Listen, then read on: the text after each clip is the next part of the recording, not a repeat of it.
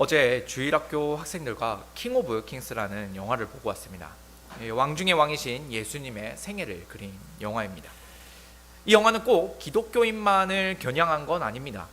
신앙을 떠나서 일반적인 사람들도 볼 수 있는 그런 영화입니다. 신앙적인 영화라기보다는 상업적인 영화이죠. 그렇지만 이 상업적이라고 해서 꼭 나쁜 건 아닙니다. 이를 통해서 보다 많은 사람들에게 예수님에 대해 알릴 수 있으니까요. 그리고 어린아이들에게 훨씬 흥미로운 방법으로 예수님을 알 수 있게 해준다는 점에서 굉장히 의미가 있었다고 생각합니다. 대체로 기독교 영화들은 어른들에게 그 포커스를 맞추고 있습니다. 혹은 애니메이션이라 하더라도 솔직히 재미가 없습니다. 그런 점에서 아이들에게 초점을 맞추고 있고 또 영상 또한 흥미롭게 만들었으니 꽤나 유익했다고 봅니다. 그런데 이 영화는 예수님을 위대한 왕으로서 그리고 있습니다. 맞죠? 예수님은 가장 위대한 왕 중의 왕이십니다. 하지만 예수님의 고난과 십자가는 그저 다른 왕들에게서 나타날 수 있는, 다른 영웅에게서 나타날 수 있는 역전의 드라마가 아닙니다. 많은 문학 작품들이나 영화나 드라마에서는 주인공이 많은 시련을 겪고 이겨내는 것이 재미의 포인트입니다. 그런 점에서 예수님의 고난과 십자가는 실로 엄청난 시련이라고 할 수 있습니다. 그리고 그 역경을 이기고 부활과 승천으로 끝마치니 이보다 재미있는 역전의 요소가 없을 겁니다. 하지만 예수님은 사람들에게 역전이나 반전의 재미나 주자고 십자가에 달리셨던 것이 아니었습니다. 그런 점에서 우리는 예수님께서 하신 말씀과 행적들, 곧 복음을 문학작품이나 읽듯이 혹은 영화나 감상하듯이 대할 수가 없습니다. 우리에게 있어야 할 것은 믿음입니다. 어제 영화에서도 믿음을 말하기는 했습니다. 그런데 영화는 믿음이 마치 대단한 일을 해낼 수 있게 하는 능력인 것처럼 설명을 했습니다. 하지만 우리의 믿음은 이런 놀라운 기적들을 척척 해내는 그런 능력이 아닙니다. 예수님을 믿는 믿음이 바로 우리에게 있는 참 믿음입니다. 예수님께서 만왕의 왕이시고 그분께서 십자가에 달리시고 부활하신 일이 도대체 우리와 무슨 상관이 있습니까? 믿음이 없이는 그분과 나는 아무런 상관이 없습니다. 믿음을 통해 그분은 우리의 왕이 되시고 우리는 그분의 백성이 됩니다. 믿음은 우리로 예수 그리스도와 함께 십자가에 못 박혀 죄를 죽이게 하고 그분과 함께 부활하여서 의롭게 살아나게 합니다. 믿음은 우리로 예수 그리스도와 함께하게 만듭니다. 영화를 통해서 우리는 쉽고 재미있게 예수님의 생애를 알 수 있습니다. 하지만 예수님을 믿는 믿음은 그리스도의 말씀을 들음으로 생깁니다. 설교를 통해, 예배를 통해, 그리고 은혜의 방편들을 통해서 우리의 믿음은 생기고 자라납니다. 오늘 말씀을 통해서 예수님을 우리의 왕으로서 듣고 보고 경험할 수 있기를 바랍니다. 복음이 선포될 때에 왕의 진실한 백성들은 믿음으로 화답할 것입니다. 이 시간 다 함께 말씀 안에서 우리의 왕을 만나봅시다. 이른 새벽 예수님께서는 빌라도의 관정으로 끌려가셨습니다. 그런데 예수님을 고발한 유대인들은 관정 안으로 들어가지 않고 바깥에 머물렀습니다. 성경은 그들이 관정 안으로 들어가지 않은 이유를 유월절 잔치를 먹고자 함이라고 설명을 합니다. 당시 유대인의 관습으로는 이방인의 집에 들어가면 더럽혀진다고 여겼습니다. 사실 이는 율법에 적혀 있지 않은 내용입니다. 그저 유대인들이 만들어낸 전통이요 관습입니다. 어찌되었든 그들은 부정해지지 않기 위해서 이방인의 집에도 들어가지 않았습니다. 이와 같이 신앙 때문에 빌라도의 관정에 들어가지 않은 일만큼은 칭찬받을 만합니다. 하지만 그들은 크나큰 잘못을 저질렀습니다. 우선 그들은 부정한 장소에 들어가는 것보다 자신들의 마음에 더 더럽고 추악한 것을 품고 있었습니다. 예수님께서 말씀하시길 바깥에 있는 것이 사람을 더럽히는 것이 아니라 사람 안에서 나오는 것이 사람을 더럽게 한다고 하셨습니다. 그런 점에서 유대인들은 그 속에 살인과 악독의 마음을 품고 있으면서 단지 이방인의 관정에 들어가지 않는 것으로서 자신을 정결하게 지켜준다고 생각했습니다. 참 모순적입니다. 그리고 그들은 참된 정결함을 마음에 품어야 한다는 사실을 무시한 채로 단지 부정한 것과 접촉하지만 않으면 더럽혀지지 않는다고 여겼습니다. 이것은 외식입니다. 속에는 음흉한 것을 품고 있으면서도 겉으로만 부정한 것에 접촉하지 않으면 정결해질 것이라고 생각했습니다. 들키지만 않으면, 만지지만 않으면 얼마든지 정결한 자신을 만들 수 있었습니다. 이는 엄연한 외식입니다. 거짓이죠. 신앙적인 행위 자체가 나쁘지는 않습니다. 하지만 그 속에 진짜 신앙을 가지고 있지 않으면서 외형적인 행위로만 경건해지려고 했습니다. 대체로 많은 그리스도인들도 그렇게 살아갑니다. 물론 신앙을 사람의 눈으로 확인하기 어렵다는 문제가 있기도 합니다. 그래서 얼마든지 위장할 수 있습니다. 하지만 하나님은 다 아십니다. 그가 참된 믿음으로 행하고 있는지 아니면 거짓으로 위선을 떨고 있는지를요. 결국 시간이 지나면 사람들에게도 그의 진실이 들통나게 됩니다. 진실로 살아왔던 사람과 거짓으로 살아왔던 사람 사이에는 분명한 차이가 생길 수밖에 없습니다. 신앙적인 행위 그 자체가 나쁘다는 게 아닙니다. 어차피 신앙적인 사람은 말을 하든 말을 하지 않든 간에 신앙적인 행위를 실천할 수밖에 없습니다. 다만 문제는 그 속에 참된 신앙을 가지고 있지 않으면서 위선적인 행동으로만 행하고 있는 그런 사람들이 있다는 겁니다. 그리고 이런 위선을 보고 배우는 사람들도 있습니다. 이렇게 위선이 가득하게 되면 참된 신앙은 사라져버리고 위선만이 남아서 그 위선이 전통이 되고 말 것입니다. 예수님 당시 유대인들처럼 추악하게 변모하게 됩니다. 속에는 살인과 시기가 가득하면서 겉으로만 정결을 추구하면 그만인 그런 위선적인 신앙인이 될 것입니다. 우리는 이런 위선을 경계해야 합니다. 유대인들이 관정 안으로 들어오지 않으니 어쩔 수 없이 빌라도가 나갔다 들어왔다를 반복할 수밖에 없었습니다. 빌라도는 밖으로 나가서 유대인들에게 물었습니다. 너희가 무슨 일로 이 사람을 고발하느냐? 이 질문은 아주 중요합니다. 고발을 했다면, 끌고 왔다면 그 고발의 이유가 중요하죠. 그런데 유대인들의 대답이 가관입니다. 이 사람이 행악자가 아니었더라면 우리가 당신에게 넘기지 아니하였겠나이다. 이 말은 예수가 재판장에 끌려왔다는 이 사실이 그가 범죄자라는 사실을 증명하고 있다는 말입니다.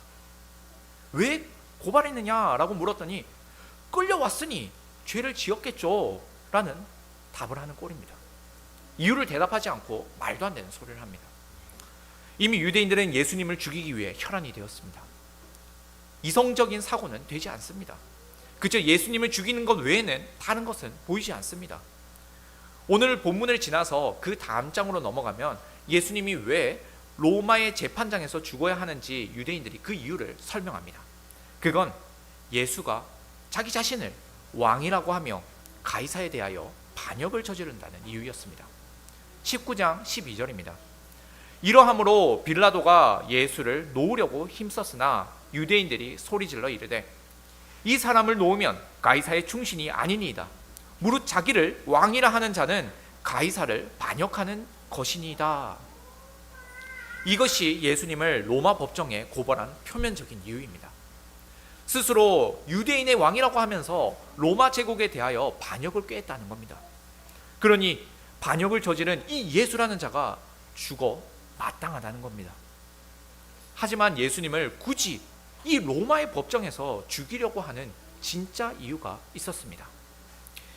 유대인들이 처음에는 뚱딴지같이 이 사람이 행악자가 아니었더라면 우리가 당신에게 넘기지 아니하였겠나이다 라고 하니 빌라도는 화가 났습니다. 그래서 너희가 그를 데려다가 너희 법대로 재판하라. 니들이 이 죄를, 그의 죄를 잘 알고 있으니까 니들이 알아서 하라는 겁니다. 그랬더니 유대인들은 우리에게는 사람을 죽일 권한이 없나이다 라고 대답을 합니다. 이 말은 사실과는 거리가 멉니다. 당연히 사형의 집행권은 로마 제국이 가지고 있었습니다. 하지만 예루살렘 성전에서 일어나는 일에 대해서는 로마 제국이 굳이 간섭하지 않았습니다. 그래서 유대인들은 종교 사범에 대해서는 얼마든지 돌로 쳐 죽일 수 있었습니다. 스데반을 죽였을 때도 그랬습니다. 스데반을 죽였을 때가 예수님의 십자가 사건과 그리 멀리 떨어져 있는 시대가 아닙니다. 그런데 유대인들은 스데반을 돌로 쳐 죽였습니다. 자신들의 종교에 위해를 가하는 자를 충분히 사형시킬 수 있었던 겁니다. 유대인들도 충분히 종교적인 이유로 예수님을 죽일 수 있었습니다. 그래서 빌라도도 너희 법대로 재판하라고 했던 겁니다.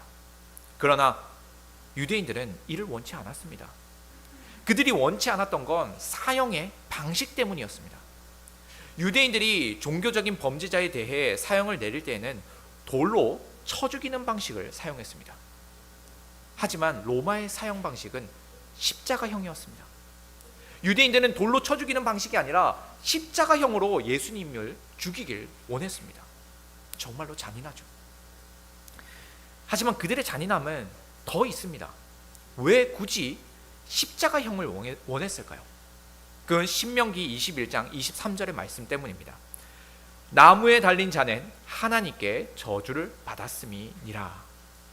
그들은 예수님을 돌로 쳐 죽이는 정도로 부족했습니다. 나무에 달아서 확실하게 하나님의 저주까지를 받기를 원했습니다. 스스로 하나님의 아들이라 칭하는 저 사람이 나무에 달려서 아예 하나님의 저주를 확실하게 받아야만 성에 찰 것 같았습니다. 그래서 그들은 자신들의 방식이 아니라 로마의 처형 방식을 밀어붙였던 겁니다. 하지만 이는 예수님의 말씀이 이루어지는 순간이었습니다. 32절입니다. 이는 예수께서 자기가 어떠한 죽음으로 죽을 것을 가리켜 하신 말씀을 응하게 하려 함이로라. 마태, 마가, 누가복음에서 예수님은 당신께서 이방인들에게 넘겨져서 죽임을 당할 것이라고 말씀하셨습니다. 마태복음 20장 19절, 그리고 마가복음 10장 33절, 누가복음 18장 32절에서 이와 같이 이방인들에게 넘겨져 죽임을 당할 것이라고 말씀하셨습니다. 유대인들의 손이 아니라 이방인들에게 넘겨져서 죽임을 당할 것을 다른 복음서들에서 말씀하셨습니다. 지금도 바로 그런 순간입니다. 이방인의 손에 죽임을 당하는 순간입니다. 반면 오늘 본문과 같은 이 요한복음에는 이방인들에게 넘겨질 것이라는 언급이 없습니다. 하지만 예수님은 당신의 죽음에 대해 다르게 예고를 하셨습니다.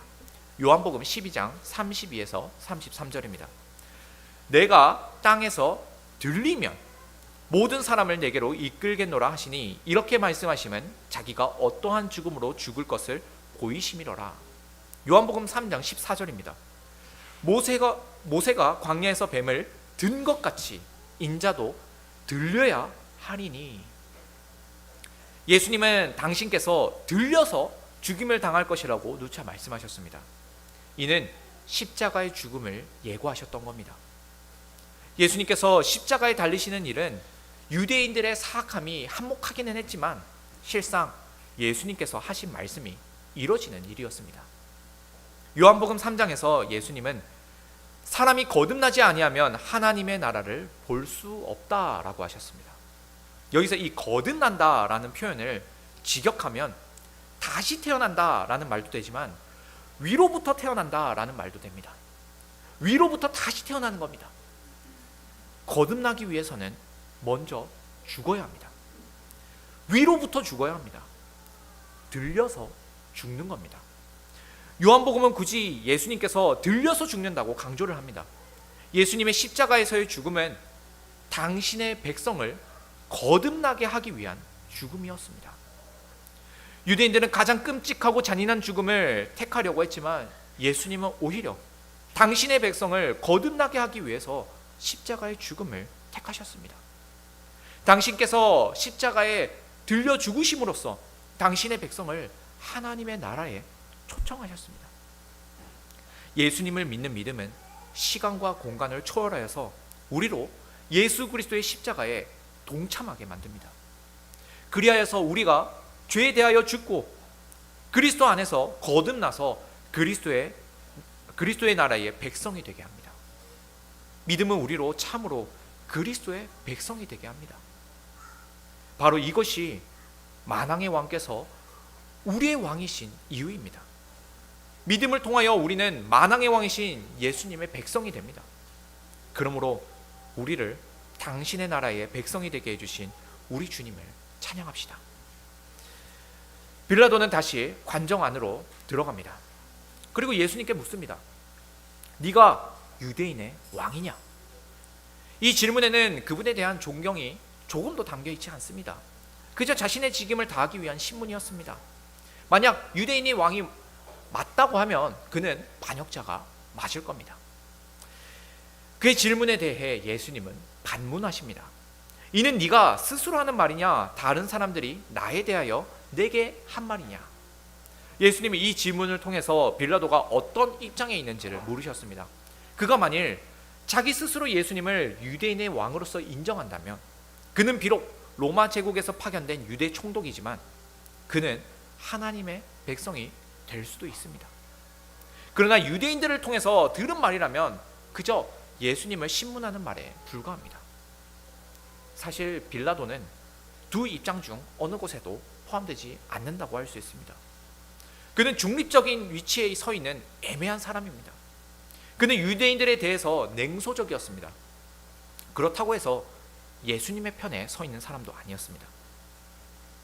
하나님의 편에 서 있는 것도 아니고, 그렇다고 하나님을 대적하는 자들의 편에 서 있는 것도 아닌 그런 모호한 사람이었습니다. 그러나 아시다시피 복음에는 중립이 없습니다. 하나님의 편도 아니고 사탄의 편도 아닌 그런 회색 지대는 없습니다. 하나님의 편에 서 있지 않다면 모두가 하나님의 대적자일 뿐입니다.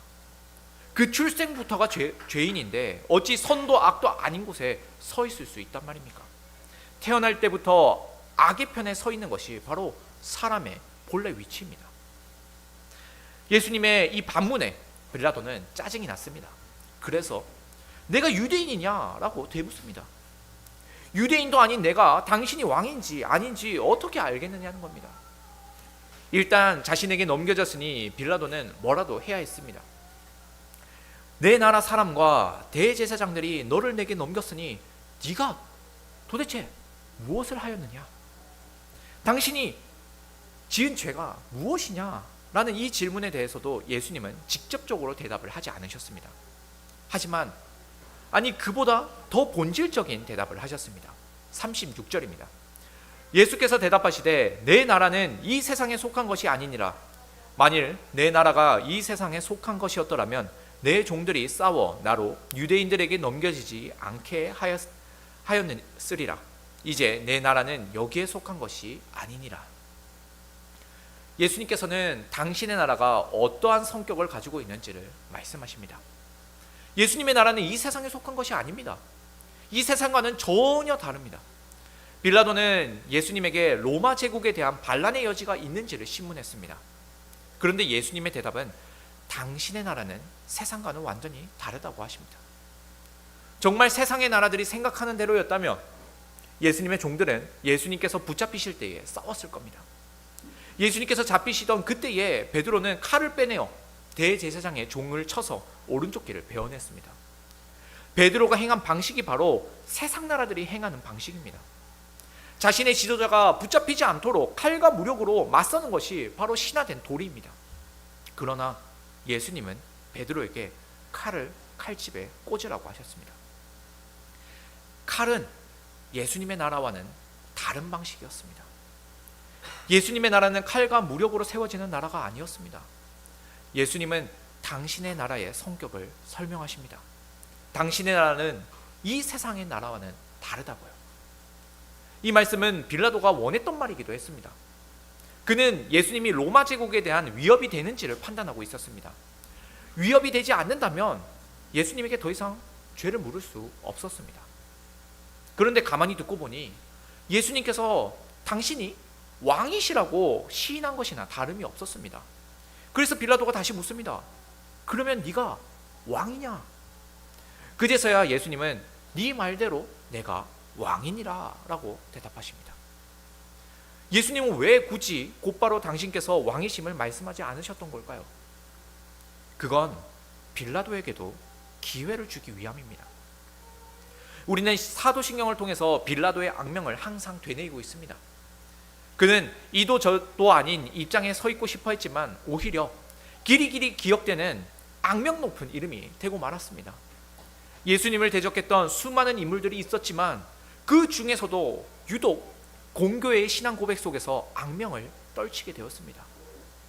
그런 빌라도이지만 그가 단지 예수님을 십자가에서 처형시키기 위하여 사용되는 도구는 아니었습니다. 주님은 당신을 배신하는 그 제자에게도 회개하기를 바라셨던 인자하신 하나님이셨습니다. 그런 주님께서는 빌라도와의 대화를 통해서 계속해서 그에게 기회를 주고 계십니다.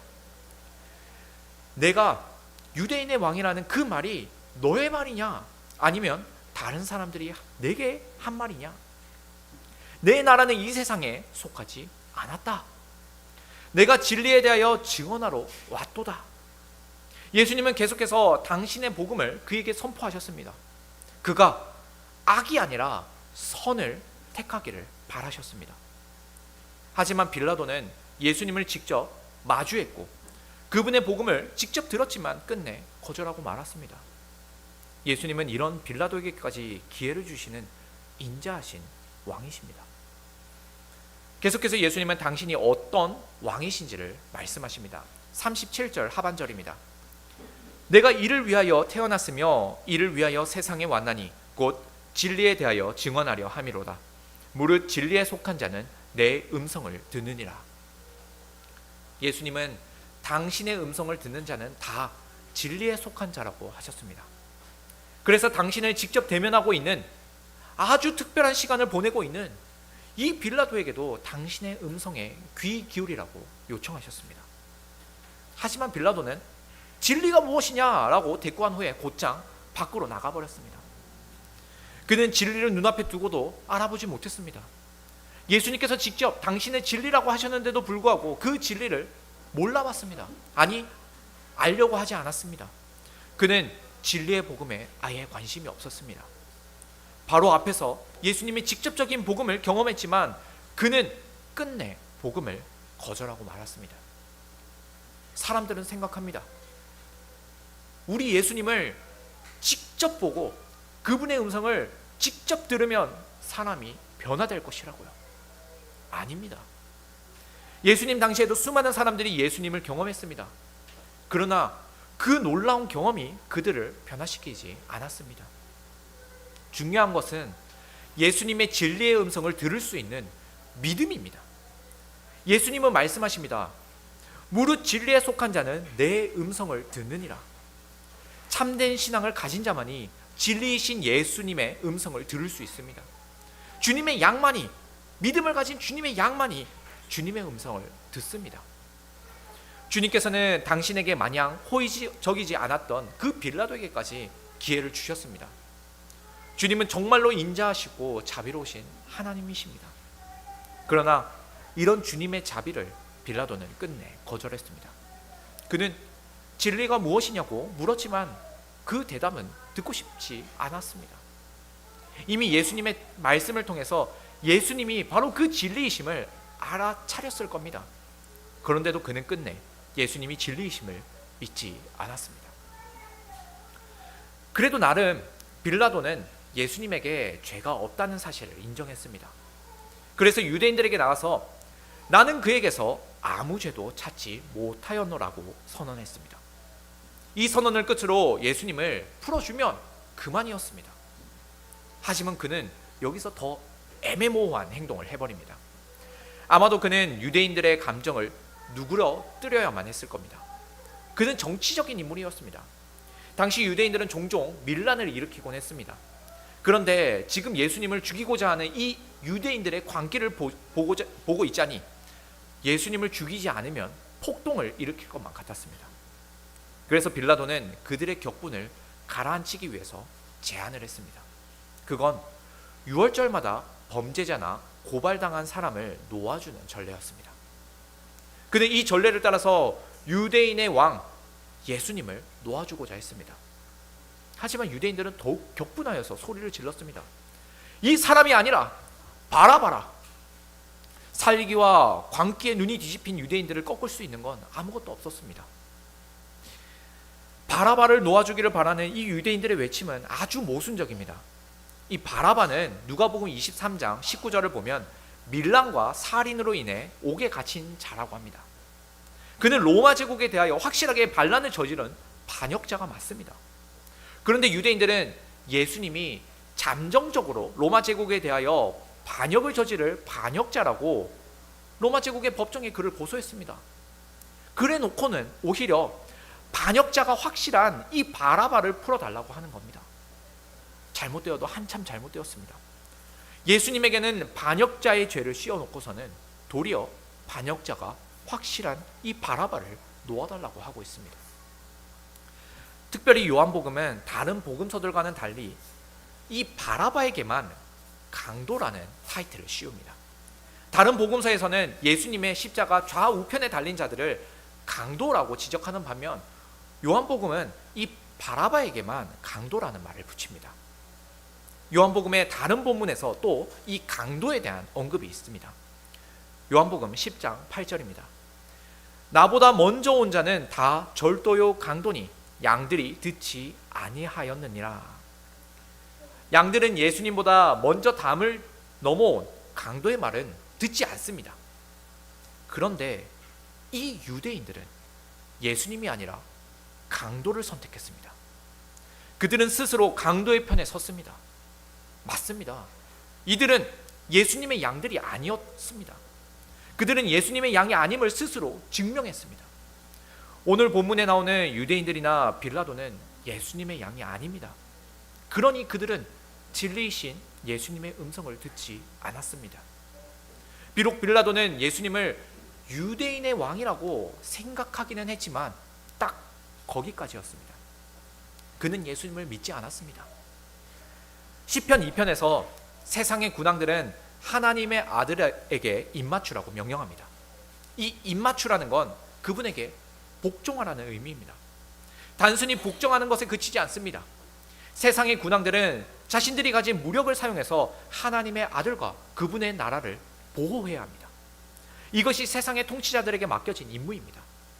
세상 통치자라 할 수 있는 이 빌라도도 그래야 했습니다. 양심상 예수님을 신문할 수밖에는 없었지만 그래도 예수님이 죄가 없다는 것을 알았다면 세상 재판관으로서 하나님의 아드님께 복종해야 했습니다. 그분을 지키고 보호해야 했습니다. 예수님의 나라는 세상에 속한 나라가 아닙니다. 하지만 그렇다고 해서 이 세상과 아예 무관한 나라도 아닙니다. 물론 예수님의 나라는 무력과 힘으로 다스려지지 않습니다. 예수님의 나라는 진리로 다스려지는 나라입니다. 진리인 하나님의 말씀으로 통치되는 나라입니다. 이 영적인 나라에게 모든 세상 나라들이 다 굴복해야 합니다. 힘과 무력보다 더 강력한 하나님의 말씀으로 다스려지는 나라이기에 이 나라보다 더 강력한 나라는 그 어디에도 없습니다.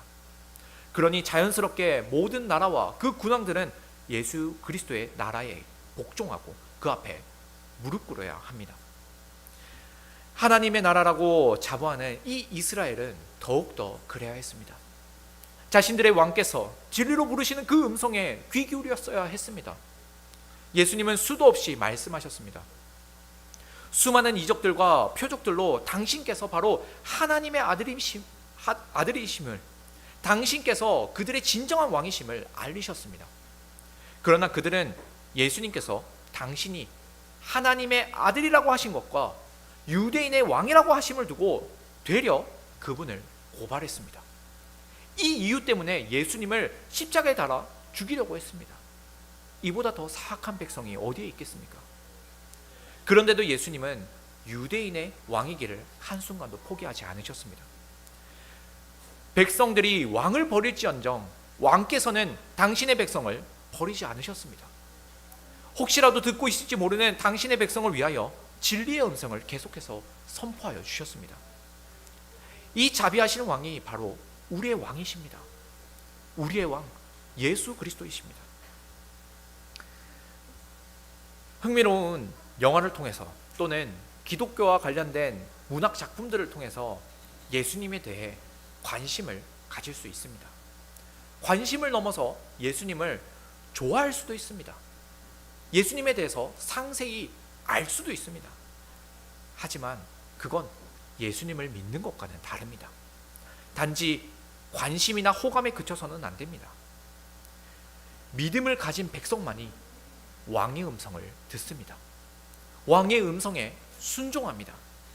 우리가 정말 주님의 백성이고 예수님께서 우리의 왕이시라면 우리에게는 믿음이 있어야 합니다. 오직 믿음으로 우리는 그분의 말씀만을 따를 것입니다. 오직 믿음으로 그분의 음성에만 반응할 것입니다. 믿음이 우리를 만왕의 왕 예수 그리스도의 백성이 되게 합니다. 유대인들도 예수님의 기적을 목격했을 때에 놀랐습니다. 오병이의 기적을 경험했을 때에 예수님을 왕으로 삼고자 했습니다. 하지만 예수님은 당신의 나라가 세상의 나라와는 다르기 때문에 그들의 기대를 따르지 않으셨습니다. 이 사람들처럼 예수님에 대해 알고 놀랄 수도 있고 깊은 관심을 가질 수도 있습니다. 그분을 왕으로 세우고 싶기도 합니다. 그러나 그분의 말씀에 귀 기울이지 않는다면, 그분이 다스리는 나라에 대한 믿음이 없다면 예수님이 아무리 만왕의 왕이시더라도 우리는 그분과 무관한 자들입니다. 기독교적인 문화를 소비하기도 하고 교회에 나와서 설교도 듣고 찬송도 부르고 기도도 하고 예배의 의무를 다할지라도 예수님의 말씀에 순종하지 않는다면 그분의 나라는 우리와 무관합니다. 무릇 진리에 속한 자는 내 음성을 듣느니라. 이 음성이 우리의 마음속을 울리고 있습니다. 우리의 마음에 이 진리가 울리고 있으니 우리는 예수님의 백성이 맞습니다. 이 진리의 음성이 들리고 그 음성에 끌려가고 있으니 우리는 참된 믿음으로 예수 그리스도의 백성이 된 자들이 맞습니다. 아직도 강도 바라바를 놓아달라는 유대인들의 외침이 메아리치고 있습니다. 분노와 광기에 사로잡혀서 자신의 왕을 버리려고 하는 그 사악한 백성들의 추악한 냄새가 여전히 코끝을 맴돌고 있습니다. 우리 안에 죄악된 본성이 그렇게 불쑥불쑥 만왕의 왕께 반역을 저지르게 만듭니다. 그러나 우리는 결코 그러해서는 안 됩니다. 우리는 우리의 왕이신 예수 그리스도의 음성에만 귀 기울여야 합니다. 바라바라 외치는 그 악독한 소리가 완전히 묻힐 정도로 더 크게 예수 그리스도를 향한 찬송 소리를 높여야 할 것입니다. 우리는 참으로 예수 그리스도만을 왕으로 모시는 참된 백성입니다. 우리 주님께서 주신 이 믿음이 우리를 정말로 만왕의 왕의 백성이 되게 합니다. 이 믿음은 끝끝내 우리를 만왕의 왕께서 다스리시는 저 영원한 하늘 왕국에 당도하게 할 것입니다. 한 믿음을 가지고 주님의 음성을 따라 그리스도의 영원한 나라에 다 함께 도착합시다. 여기서도 저기서도 우리는 언제나 주님의 백성입니다. 우리를 당신의 백성 되게 하신 삼위 하나님을 송축합니다. 아멘.